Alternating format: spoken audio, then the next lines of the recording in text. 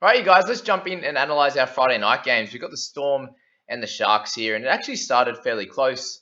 Much to a lot of people's surprise, you would have expected Storm to come out and dominate, but I suppose there's a little bit of a tussle there, and that's kind of what you expect from the Sharks. But they've just been struggling lately. Obviously, lost to the Dogs last week, and as I said, that's why people would have expected the Storm to smash them. But they ran away with it a little bit in the second half, and you get a top score in the game for Remus Smith. So well done if you're still holding him. And I imagine a lot of people would actually had to play him this week with Teddy out, Mom out, these types of guys. So he's scored really well for you at the right time. I know a few people have got him in the emergency, so I'm assuming you might be able to loop him in some chance there. And if you aren't sure still how to do that, please, if you've got someone that hasn't played yet, that isn't playing, so that they're out this week, who we got, Momorowski or something like that. If you've got Momorowski, put him in number 4, and get Remus Smith as number 5 there if that's where you've got him. So for anyone that doesn't know, that's how you do it. Jerome Hughes again with another 70 odd, so really good for him. Up at 57.5 average now, and it was literally 3 weeks ago we were like, oh, we should probably trade him out because he isn't scoring well enough to be fair. And then he goes 70 odd, something like that, and now has an average of 57.5. But he's really taking the lead role over Munster, which you probably wouldn't have expected. But then again, he's someone that he was a fullback, so for him in transitioning into the 7 role, he's taking a little bit of time, and you completely expect that. He's only been in the position for a year or so, so him being a good runner of the ball, he's kicking 200 to 300 meters a game.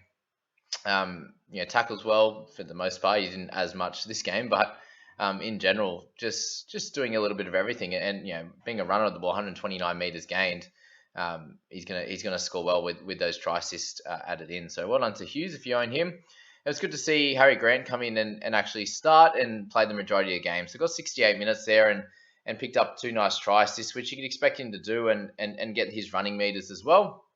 Had a couple of kicks out of dummy half as well for 44 meters. So really happy with his output. Again, at 61, we'll drop him down a little bit.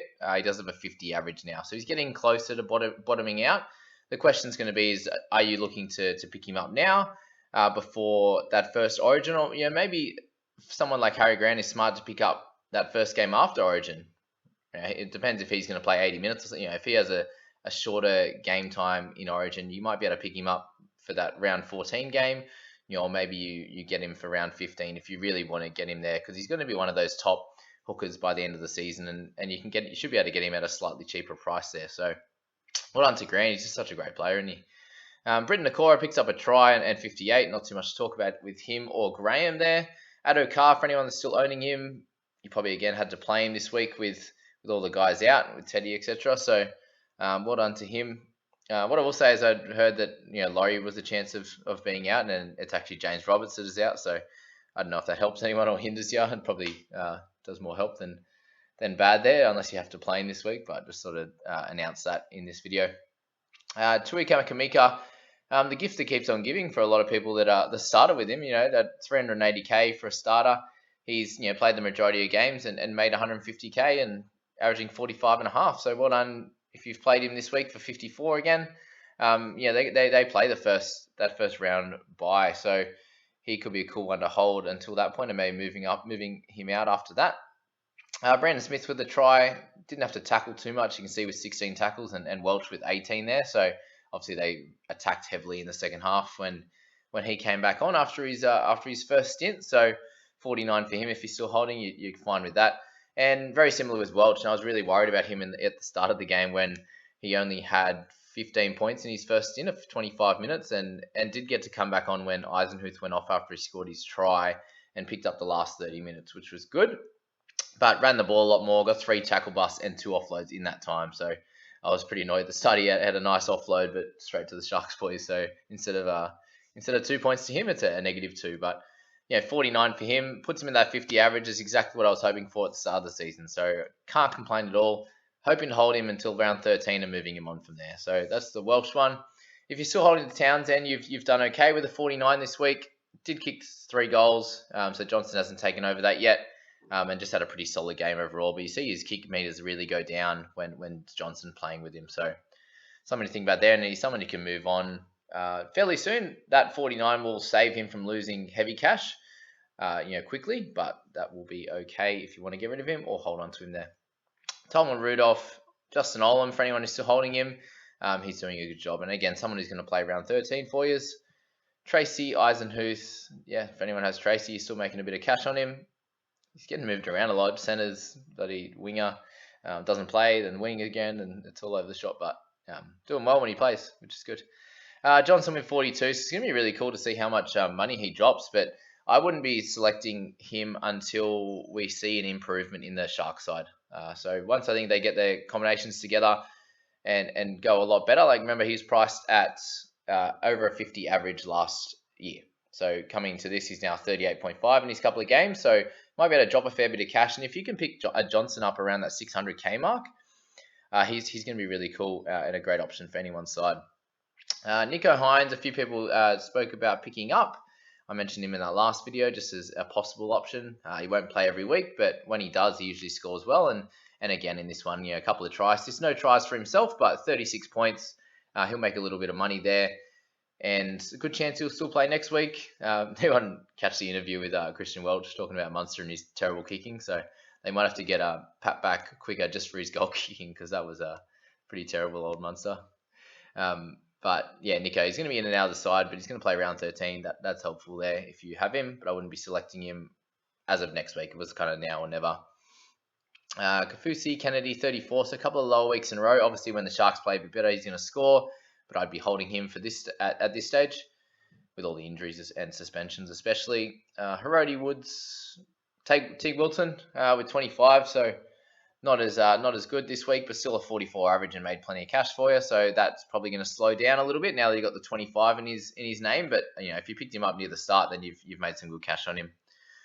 Finucane with his couple of return games now and averaging 20 there for 40, 20 in each game. So he's going to lose some good cash.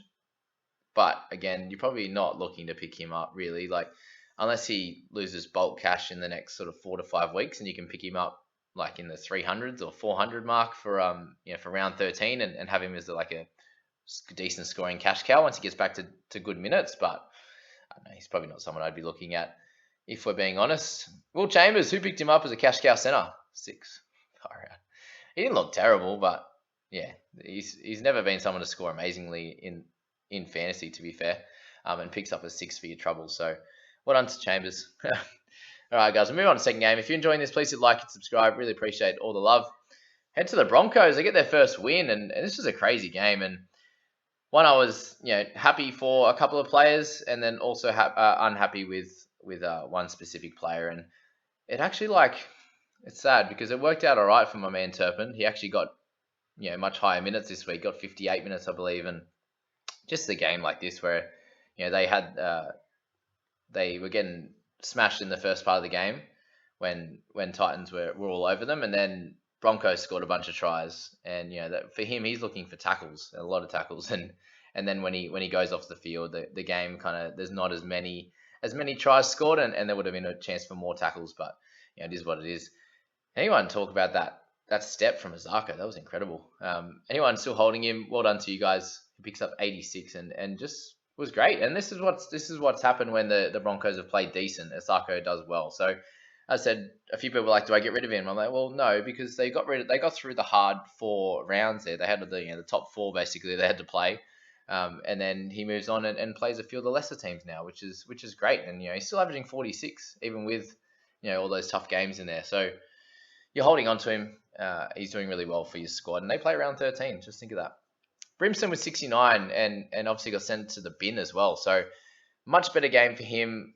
Kind of did it all. Obviously, you got 3 line breaks, a try. He's got a try assist, 8 tackle breaks, 200 meters, and the sin bin, which cost him from getting 70 or 80. So it's good to see with him that he was able to do it. And that's a couple of weeks in a row now that he's scored well. And you're going to be able to pick him up at around 500k if you attempted to. And he's probably an option that I could have gone with for Turpin, but I said I was expecting him about 50 to 55 minutes. He got 58, and a 40 would have been ideal, but unfortunately not. I had Pangai Jr. as a possible option. I could trade him in for Brimson. There's so many guys that I could have done, but that was kind of the annoying part of last night. But Brimson was 69, Pangai Jr. was 67, and just another decent game. When you're getting 3 turnover tackles again, 4 tackle breaks, couple offloads, and then decent tackles and meters gained there. Try assist, try save. It's just all kind of happening for him there. And it keeps happening every week. I don't know if it's going to hold on forever, but he's had 3 turnover tackles a couple of times in the last 3 weeks. But 67, if you picked him up this week, you're really happy. And he's still, even with those really low weeks, he still has an average of 58.8. So I think it's just genuinely going to be a roller coaster for Pangai. And you can still possibly pick him up next week. He's still under 700k. But just expect the unexpected with Pangai is what I'd say. Payne Haas was point a minute 62, which is great. You can't really complain with that. No demerits again. So how good is he that he can do that? 176 meters, 36 tackles, 3 tackle breaks. He's a perfect option for anyone's side. And he'll be around that 850k mark after this week. Just be aware that he should play Origin. All right, Fogs is starting to get a little bit of consistency in his game. There's 2 60s in a row finally, rather than the up and down scores. And didn't have to do a crazy amount. He just didn't really have any negatives apart from 1 penalty. So awesome work for him. 4 goals, 2 try assists, 20 tackles, no misses, which is incredible, and 350 kick meters. So, if he can do that on a regular basis and score the odd try and get keep getting those try assists, which he should do, being a dominant half, then I expect him to be averaging close to high 50s, 60 there. And even with that game where he was injured, he still has a 48.8 average with a couple of 30s in there. So at 577k, he'll be a bit closer to 600 after this week. I think he's still a really good option coming into the bye period as well, and I'm happy to be owning him. Tyrone Peachey got a nice try. 52 minutes was a bit lower than you might have expected with Corey Thompson going off early, but really happy with the output. 56 points as your centre after a 60-odd last week, so happy with that. Well done to him. He's still a great option going forward at around that 600k mark. Yes, that's pretty high for a centre, but he's one of the top guys. He's averaging just under 50, so. Get him in if you have the chance. David Fafita, unfortunately, I captained him in my alternates. Obviously, that worked last week when he got 100 odd. I think my brother just bought him in this week, so that's a pain in the ass to him. 94 meters, actually kicks for 76 meters. So his grubbers, they seem to do that rather than run, which is annoying when you're looking for him to get tackle busts and offloads. When he only gets 2 of them and 2 of each of those, so. Just a lower game. His lowest game of the year, and if that's going to be his low, you're not going to complain too much. But if you brought him in this week, you're a bit annoyed paying $9.30 for a 48. So that's that there. Carrigan continues to lose money there. Tyson Gamble comes in and plays his first game, 43. Will he keep his spot this week? He probably will. They did win, so I'd imagine they're going to keep Gamble and Milford together. But I don't think they're going to be playing a team like the Titans who kind of were absolutely dominating them and then just almost like they gave up and just didn't offer much in defense or anything like that. So again, we'll probably get a spot for the next few weeks, but again, you'd just be playing halves roulette in this team. When they've got Croft, they got Deed, and there's so many guys they can pop in. If something goes wrong, they'll change it straight away. So I wouldn't be rushing to pick him up. A few people were talking about Sam McIntyre last week, and he after his big score, and he picks up 38 in his 42 minutes. So it looks like his points per minute is going to be pretty strong, but he hasn't played. This is only his second game now, and will he continue to play? That's the question. We probably don't know that, and he's at 400k now, so I wouldn't be jumping to get him. Herbie Farnworth was a nice welcome back score with 38, decent in a winning side. Got a nice try, but for him, I just feel like there's better options in that center position. He's obviously got the dual position, which is great, and a few people might have selected in this week with the injuries and suspensions that we have, but. Just going forward, I think the Broncos aren't going to be amazing. They're good. They finally got a win, but with the centers, especially in the wing fullbacks, you're wanting the type of players that are in a winning side. That's where you say Brimson.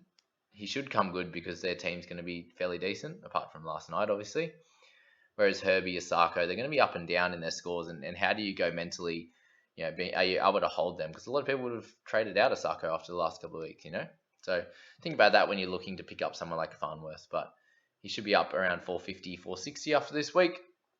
Arthurs came in and played his first game and got a couple of line breaks and a try, so 34.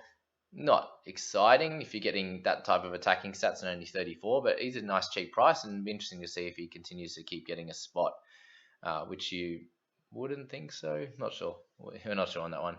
We'll talk about Lodge, and the same scenario as what I was talking about last week is just, you can get a bunch of good scores, but when you're buying someone at 400k, like what I was speaking about up that little bit earlier with McIntyre, for example, or people buying Jared Wallace for a little bit there, he's now, after a couple of lower scores, has lost money for the year, and that's getting closer to where Lodge is going to be if he keeps getting scores around that 30 marks. 35 average for the year.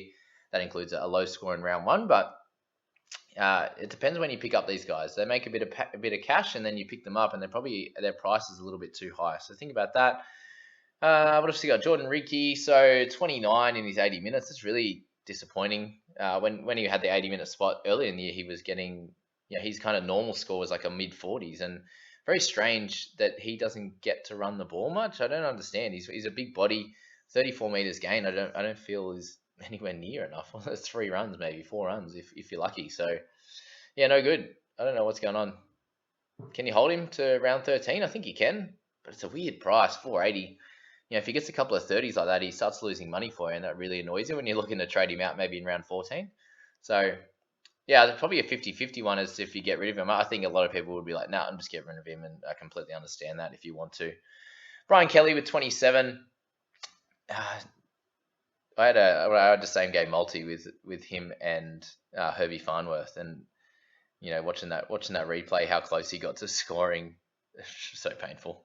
Was a pain guy underneath him, I think. So unfortunate for that one, but like if he scores that bumps up his score a lot more. Obviously, he doesn't get the error, he gets the try. He's sitting around 40, and that's completely fine for him. That's what you're kind of looking for him to score. But at 444, again, in that awkward price bracket where if he gets a couple of 30s in a row, he starts losing money. And then it's like, oh, he's got a high break even. Do I pick him up? All those questions. But if you have him, you've got to hold steady with him. He'll come good. He's only played a few games this year, so think of that. But Terps with 23. So really upsetting. 57 minutes. One penalty, 24 tackles. For him to have 24 tackles in 57 minutes, that means that there's either too many points or they have the ball too much. So just wasn't the right game for Terps, and I think I'll just have to bite the bullet and get rid of him next week. But as I said, hopefully the plan was that there'd be some better options coming up next week. Yes, Pangai did well, or Barnett might do well this week, but I'm just banking on that fact, and I'm going to say that yes, I'm happy I held my trades this week. And unfortunately, the last kind of one we'll talk about is Corey Thompson, and did pick up a nice try and didn't get to do a lot at all in the first half, which is strange that he didn't actually run the ball too much. But obviously, when they were just scoring tries, he wasn't needing to do that work out of trouble, with the long kick and running from that. So didn't have to do too much, and then unfortunately is out. Looks like syndesmosis for 6 to 8 weeks. So if you picked him up this week, I feel sorry for you. You don't deserve that at all, because Corey's been going so well and averaging 54. So these are the things to think about, guys. Especially if you're making a lot of trades right now. In preparation for the buy round, if you're doing it too early, you're like, oh, I'll get him now. He's marginally better than one of the guys I'm trading him out for. You could trade that bloke in, and then he gets injured in that first week. And that, yes, we can say, oh, well, that's hardly ever happens, but it does. It's footy. How often do injuries and suspensions and whatever happen? And, you make that trade, and then they get injured for a few weeks, and you got to trade them out again. And it's just a cycle, and you keep going, and you never stop. And that's kind of the reason why I decided with Turpin just to hold steady this week. So think about that. Obviously, this is unfortunate, and you're not to expect it, but it is what it is with footy, and injuries happen very often like that. So there you go, guys. That's the 2 games for the week. I hope you enjoyed that analysis there. If you enjoyed that, please jump in the comment section and get commenting there, and let me know what you think about it, or some of the guys that you're worried about from these 2 games, or you think that are really good options going forward into the bye period, especially. But as I said, hope you enjoyed that, and we'll catch you in the next one, guys. Bye.